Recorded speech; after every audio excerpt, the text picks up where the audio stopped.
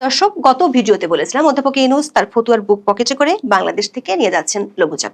সেই রাজনৈতিক লঘুচাপের কবলে পড়ে নিউ ইয়র্কে ঝড় বৃষ্টি হয়নি বটে, তবে হয়েছে ডিম বৃষ্টি।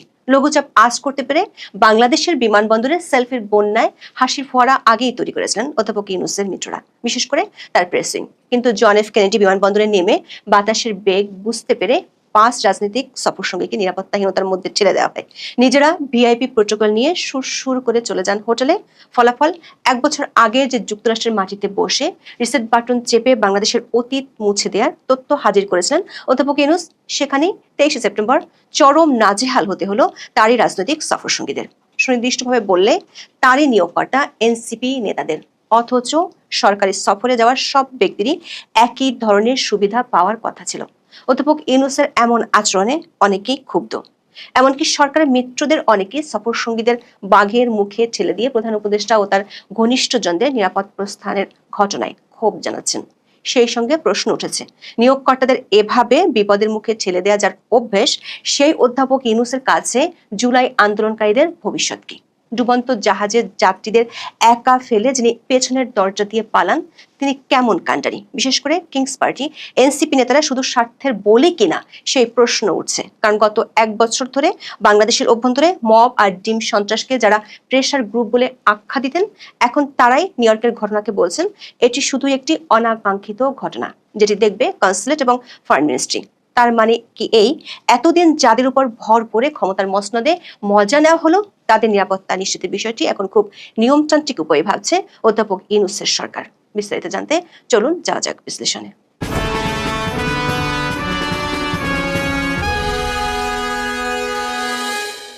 জাতিসংঘের সাধারণ পরিষদের 80তম অধিবেশনে যোগ দিতে 21 সেপ্টেম্বর বিশাল বহর নিয়ে ঢাকা আসলেন বাংলাদেশের প্রধান উপদেষ্টা অধ্যাপক মোহাম্মদ ইউনূস। তারই সফরকে কেন্দ্র করে কিছুদিন ধরেই যুক্তরাষ্ট্র আওয়ামী লীগের ব্যাপক বিক্ষোভের প্রস্তুতির খবর আসছিল। সরকার পক্ষ থেকেও স্বীকার করা হয় বাস্তবতা। পররাষ্ট্র উপদেষ্টা তৌহিদ হোসেন 17 সেপ্টেম্বর সাংবাদিকদের বলেন, নিউ ইয়র্কে তারা বড় ধরনের বিক্ষোভের মুখে পড়ার আশঙ্কা করছেন। ব্রিফিংয়ে তিনি বলেছিলেন, বিক্ষোভ ঠেকানোর উপায় তাদের হাতে নেই। এমনকি নিউ ইয়র্কের বাংলাদেশ কনসুলেটের সাথে অধ্যাপক ইউনূসের নিরাপত্তা টিম যে বৈঠক করেছিল, সেখানেও বিষয়টি উঠে এসেছিল।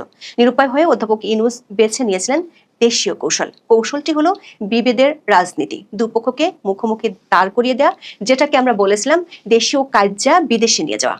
সে কৌশলে আকস্মিকভাবে সফর সঙ্গী করেন বিএনপি, জামাত এবং এনসিপির 6 নেতাকে। যুক্তরাষ্ট্র আওয়ামী লীগের কর্মসূচি মোকাবেলায় এই 3 দল পাল্টা শোডাউনের কৌশল নেয়। ধারণা করা হয়েছিল তাদের পাহারায় নিরাপদ হবে ডক্টর ইউনূসের দ্বিতীয়বারের মতো জাতিসংঘ যাত্রা। তবে আন্তর্জাতিক খেলোয়াড় বলে পরিচিত অধ্যাপক ইউনূস বাংলাদেশে বসেই বাতাসে বিপদের গন্ধ পেয়েছিলেন। নিউ ইয়র্কের বিমানবন্দরে নেমে বাতাসের উল্টো প্রবাহ ঠিকই ধরে পেলেন নোবেল বিজয়ী বিএনপি এবং জামাতের কিছু নেতাকর্মী এবং গুটি কয়েক এনসিপি সমর্থকেরা উপস্থিত হলেও তাদের তুলনায় আওয়ামী লীগের সংখ্যা ছিল কয়েক গুণ বেশি। আবার শেষ মুহূর্তে দলীয় নির্দেশনা মেনে বিএনপি জামাত নেতাকর্মীরা হাজির হলেও সবাই ছিলেন দায়সারা। কথা ছিল অধ্যাপক ইউনূস এবং তার সফর সঙ্গীরা বিমানবন্দরের 4 নম্বর টার্মিনাল দিয়ে বের হবেন, কিন্তু রহস্যময় কারণে বিএনপি জামাতের অবস্থান ছিল 8 নম্বর টার্মিনাল এলাকায়। বেশ কয়েকটি সূত্র জানায়, বিপদ আজ করতে পেরে পৌঁছানোর পর প্রায় 1.5 ঘন্টা বিমানবন্দরের ভেতরে অবস্থান করেন ডক্টর ইউনূসের দল। এই সময় ছড়িয়ে দেওয়া হয় সবাই বিকল্প পথে নির্ধারিত হোটেলে চলে গেছেন। এতে বিমানবন্দর এলাকা ত্যাগ করে বিএনপির জামাত সমর্থকদের বড় একটি অংশ, একমাত্র জামাতের নেতাকর্মীরা তাদের নেতা সৈয়দ আব্দুল্লাহ তাহেরের জন্য 8 নম্বর গেটে অবস্থান করছিলেন। সূত্রগুলো বলছে অধ্যাপক ইউনূস নিজের অত্যন্ত ঘনিষ্ঠ কিছু সঙ্গীকে নিয়ে বিশেষ প্রোটোকলে বিকল্প পথে বিমানবন্দর ছাড়েন। আর বিএনপি মহাসচিব মির্জা ফখরুল ইসলাম আলমগীর, এনসিপির আক্তার হোসেন এবং তাসনিম জারা সহ অন্যরা আটকে পড়েন বিমানবন্দরে। তারা 4 নম্বর টার্মিনাল দিয়ে বের হয়ে গাড়ির উদ্দেশ্যে রওনা দিলে আওয়ামী লীগের বিক্ষুব্ধ নেতা কর্মীদের তোপের মুখে পড়েন। ঘটনার সময়কার ভিডিওতে দেখা যায় বিমানবন্দর থেকে লাগেজ হাতে রাস্তা পার হচ্ছিলেন আক্তার হোসেন। তার পাশেই ছিলেন এনসিপির যুগ্ম সদস্য সচিব তাসনিম জারা এবং একটু সামনে ছিলেন বিএনপির মহাসচিব মির্জা ফখরুল ইসলাম আলমগীর ও তারেক রহমানের পররাষ্ট্র বিষয়ক উপদেষ্টা হুমায়ুন কবির। এই সময় আওয়ামী লীগের নেতাকর্মীরা আক্তার হোসেনকে উদ্দেশ্য করে স্বৈরাচারের দোসর কিলার আখ্যা দিয়ে একের পর এক ডিম ছুটতে থাকেন। এনসিপি নেতা আক্তার হোসেনের পিঠে আঘাত করা ডিমগুলো ভেঙে কুসুম গড়িয়ে পড়তেও দেখা যায়। তবে মির্জা ফখরুল ও তাসনিম জারার উদ্দেশ্যে ডিম ছুটতে দেখা যায়নি। হুড়োহুড়ি করে সবাই গাড়িতে উঠেও রক্ষা পাননি। আওয়ামী লীগের নেতাকর্মীরা গাড়ির সামনে রাস্তায় শুয়ে পড়ে প্রতিবাদ জানাতে থাকেন। তারা জয় বাংলা সহ বিভিন্ন স্লোগান দেন। এক পর্যায়ে অতিরিক্ত পুলিশ এসে ডক্টর ইউনূসের সফর সঙ্গীদের যাওয়ার পথ করে দেয়। জেএফকে বিমানবন্দরের সফর সঙ্গীরা যখন নাজেহাল হচ্ছিলেন, ততক্ষণে বিকল্প পথে নিরাপদে ম্যানহাটনের গ্র্যান্ড হায়াত হোটেলের পথে ছুটছিল অধ্যাপক ইউনূসের বিশেষ গাড়িবহর। এর একটি ভিডিও ছড়িয়ে পড়েছে সোশ্যাল মিডিয়ায়। দেখা যায় কড়া পুলিশ প্রোটোকলে বাছাই করা কিছু সফর সঙ্গী নিয়ে বিকল্প পথে বিমানবন্দর ছেড়ে যাচ্ছে প্রধান উপদেষ্টার গাড়িবহর। এমন ঘটনায় প্রশ্ন উঠেছে, ডক্টর ইউনূসকে নিরাপত্তা দিতে যাদের উড়িয়ে নেওয়া হলো যুক্তরাষ্ট্রে, তাদের বিপদে ফেলে কি করে চলে গেলেন শান্তিতে নোবেল বিজয়ী? অনেকটা গাছে তুলে মই কিনে নেওয়ার মতো ঘটনার দৃশ্যায়ন হলো নিউ ইয়র্কের বিমানবন্দরে। সূত্রগুলো বলছে, প্রধান উপদেষ্টা নিরাপদে প্রস্থানের বহরের অংশীদার হয়েছিলেন বহুল আলোচিত প্রেস সচিব শফিকুল আলম। বিস্ময়করভাবে তার টিমের অন্তত এক সদস্যের সেই বিশেষ বহরের জায়গা হয়নি। আক্তার যারা নাজেহাল হওয়ার সময় প্রেস উইংয়ে সেই সদস্যকেও দেখা যায় ভিডিওতে। প্রধান উপদেষ্টার প্রেস সচিব মাত্র কয়েক মাস আগেই তিনি বাংলাদেশে মবের ত্রাসকে প্রেসার গ্রুপের কর্মকাণ্ড হিসেবে আখ্যায়িত করেন। জেএফকে বিমানবন্দরে প্রধান উপদেষ্টার সফর সঙ্গীদের নাজেহাল হওয়ার ঘটনা নিয়েও তার প্রতিক্রিয়া অনেকটা দায়সারা। গ্র্যান্ড হায়াত হোটেলে সাংবাদিকদের শুধু বলেন, এ ঘটনা অনাকাঙ্ক্ষিত। বিষয়টি বাংলাদেশ কনসুলেট এবং ফরেন মিনিস্ট্রি দেখবে। নিউ ইয়র্কের বিমানবন্দরে নাজেহাল হওয়ার ঘটনার চেয়ে বড় হয়ে উঠেছে ঘটনার সময় অধ্যাপক ইউনূসের ভূমিকা নিয়ে। তার দীর্ঘদিনের মিত্রসহ কিংস পার্টির নেতারা ক্ষোভে ফুঁসছেন। সাংবাদিক জুলকারনাইন সাইন ফেসবুকে লেখেন, আয়োজন করে যাদের অতিথি হিসেবে সাথে নিয়ে গেলেন, তাদের নিরাপত্তার বিষয়টা তো আপনার বিবেচনা করা উচিত ছিল ইউনূস সাহেব। ফ্লাইটের ভিতর এত খাতির যত্ন করে ছবি তুললেন, সেসব আবার ফলো করে প্রচার করলেন, আর ল্যান্ড করার পর নিজে চলে গেলেন ভেজা বিড়ালের মতো নিরাপত্তার চাদরে, আর অতিথিদের অরক্ষিত রেখে এমন অপমানজনক পরিস্থিতিতে ফেললেন। ফ্লাইটের ভিতর যেসব সরকারি কর্মকর্তারা এত মাখামাখি করে ফটো সেশন করলেন, আপনারাই বা কোথায় ছিলেন? সম্মানিত ব্যক্তিদের দেখে স্টেপ হাওয়া হয়ে গেলেন।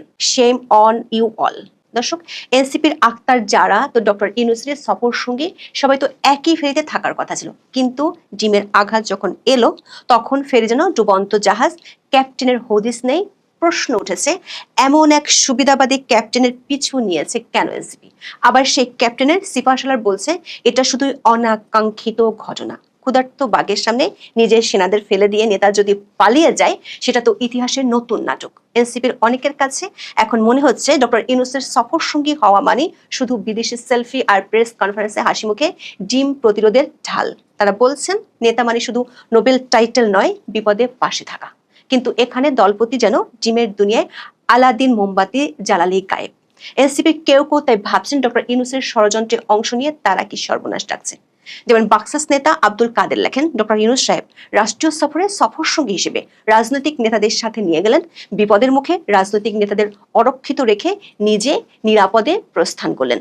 আগামী দিনে এমন আচরণ মোটা দাগে পুনরাবৃত্তি করেন কিনা সেটা নিয়ে যথেষ্ট সন্দেহের উদ্রেক হয়। বিপদ দেখলে নিজের নিরাপদ রাস্তা আগে বাগে খুঁজেন কি না।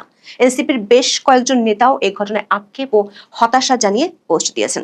কেউ কেউ প্রশ্ন তুলেছেন, এনসিপি নেতাদের কেবল স্বার্থের বলি করা হচ্ছে কিনা। কেউ কেউ অধ্যাপক ইউনূসের উপর ক্ষোভটা এনসিপির দিকে টান দেওয়ার জন্যই এমন নাটক সাজানো হয়েছে কিনা সেই প্রশ্ন তুলেছেন। দর্শক, বিপদে পড়লে অধ্যাপক ইউনূস যে দুঃসময় বন্ধুদের ছুঁড়ে ফেলে দেন, তার নজির অতীতেও আছে। শেখ হাসিনা সরকারের আমলে যখন অধ্যাপক ইউনূসের বিরুদ্ধে একের পর এক মামলা চলছিল, তখন তার সম্মান রক্ষা কমিটি করে তার পাশে ছিলেন ফরওয়ার্ড পার্টির আহ্বায়ক আ.ব.ম. মুস্তফা আমিন। অথচ গত বছরের 25 নভেম্বর অধ্যাপক ইউনূসের নির্দেশে সেই বিপদের বন্ধুটিকে জেলে যেতে হয়। এনসিপির একাধিক সূত্র বলছে, নিউ ইয়র্কের ঘটনা দলটির নেতাদের কাছে নিজেদের অবস্থান ও অন্তঃকর্মের ভবিষ্যৎ পরিষ্কার হতে শুরু করেছে। একদিন আগে যারা 150 কনফার্ম বলে গলা উঁচিয়েছিল, তারা দেখেছে পুরো আমেরিকা জুড়ে 150 সমর্থক তন্ন তন্ন করে খুঁজে পায়নি তারা। অথচ বিমানবন্দরে জামাতের নেতারা নিজেদের নেতার পক্ষে স্লোগান দিয়েছে, হোটেলে ফিরে আক্তাজারদের স্লোগান দিতে হয়েছে জামাতের নেতাকর্মীদের নিয়ে। বিমানবন্দরে ডিম ছোড়ার ঘটনায় যুবলীগের একজনকে পুলিশ আটক করেছে, কেউ কেউ এমন দাবি করেছে। তবে দেশটির পুলিশ বলছে, প্রতিবাদের ভাষা হিসেবে ডিম ছোড়া যুক্তরাষ্ট্রের আইনে বড় কোনো অপরাধ নাই। যেহেতু ডিম ছোড়ার কারণে শারীরিক কোনো ইনজুরি হয়নি এবং সম্পত্তির ক্ষতি হয়নি, সে কারণে এটি দ্বিতীয় ক্যাটাগরির অপরাধ। যুক্তরাষ্ট্রের আইনে এর সর্বোচ্চ শাস্তি 15 দিনের জেল। তবে আরো একটি শাস্তি পেতে হতে পারে। যেহেতু ডিম ছোড়ার কারণে আক্তার হোসেনের ব্লেজার নষ্ট হয়েছে, তাই অপরাধ প্রমাণিত হলে যিনি ডিম ছুঁড়েছেন তাকে ব্লেজার পরিষ্কারের খরচ দিতে হবে। দর্শক, ব্রিটেনের সাবেক প্রধানমন্ত্রী টনি ব্লেয়ারকে একবার ডিম ছুঁড়ে মেরেছিলেন প্রতিপক্ষ দলের এক সমর্থক। তখন ব্রিটেনের আদালত বলছিল ডিম ছোড়ায় ব্লেয়ারের ব্লেজার হানি হয়েছে, সে কারণে অভিযুক্তকে ব্লেজারের দাম দিতে হবে। নিউ ইয়র্কের একাধিক সাংবাদিক স্থানীয় পুলিশের বরাত দিয়ে আমাদের জানিয়েছে, আটক হওয়া যুবলীগ কর্মী মিজানুর রহমানের বিরুদ্ধে ছুরি দিয়ে হত্যা চেষ্টার অভিযোগ করেছিলেন এক বিএনপি কর্মী। এ কারণেই তাকে আটক করা হয়। তবে এরই মধ্যে সেই অভিযোগ মিথ্যা বলে জানানো হয়েছে পুলিশের পক্ষ থেকে। কাল কোর্টে হাজির করা হলে তিনি ছাড়া পেতে পারেন। দর্শক, সামাজিক মাধ্যমে বিদেশের মাটিতে আওয়ামী লীগের এমন ডিম ছোড়ার নিন্দাও অনেকে করেছেন। তারা বলছেন এতে দেশের ভাবমূর্তি ক্ষুণ্ণ হয়েছে। আবার আওয়ামী লীগের সমর্থকরা বলছেন গত 13 মাসে যেভাবে মুক্তিযোদ্ধাদের জুতার মালা পরানো হয়েছে, আদালত পাড়ায় ডিম ও মব সন্ত্রাস করা হয়েছে, সেগুলো কি ভাবমূর্তি আর মানবাধিকার উজ্জ্বল করেছিল? সরকারের সূত্রগুলো বলছে অধ্যাপক ইউনূসের টিম চেয়েছিল প্রধান উপদেষ্টার উপর যে ক্ষোভ গত 13 মাসে জন্ম নিয়েছে সেটি যেন ডাইভার্ট হয়ে এনসিপির দিকে ঘুরে যায়। জেএফকে বিমানবন্দরে যা ঘটেছে তাতে ইউনূসের টিম কিছুটা হলেও লক্ষ্যে সফল হয়েছে। জেএফকে বিমানবন্দর এলাকায় আক্তার হোসেনকে যারা ডিম ছোড়েন তাদের মধ্যে মিজানও ছিলেন। ওই ঘটনায় তার বিরুদ্ধে আইন ভঙ্গের অভিযোগ পুলিশ না তোলায় দুশ্চিন্তা আরো বেড়েছে অন্তর্বর্তী সরকারের। যুক্তরাষ্ট্রের মাটিতে সামনের 10 দিন এ ধরনের আরো ঘটনার মুখোমুখি হতে হবে কিনা সেই শঙ্কাও বাড়ছে। গতকালের ভিডিওতে আমরা জানিয়েছিলাম ইউএস এর ফরেন অফিস এরই মধ্যে বাংলাদেশ মিশনকে একটি পরামর্শ দিয়েছে। সেটি হলো ডক্টর ইউনূস ও তার সঙ্গীদের খুব বেশি প্রয়োজন না পড়লে হোটেলে বন্দী থাকা। সব মিলিয়ে জাতিসংঘে দ্বিতীয়বারের সফর আসার পরিবর্তে হতাশা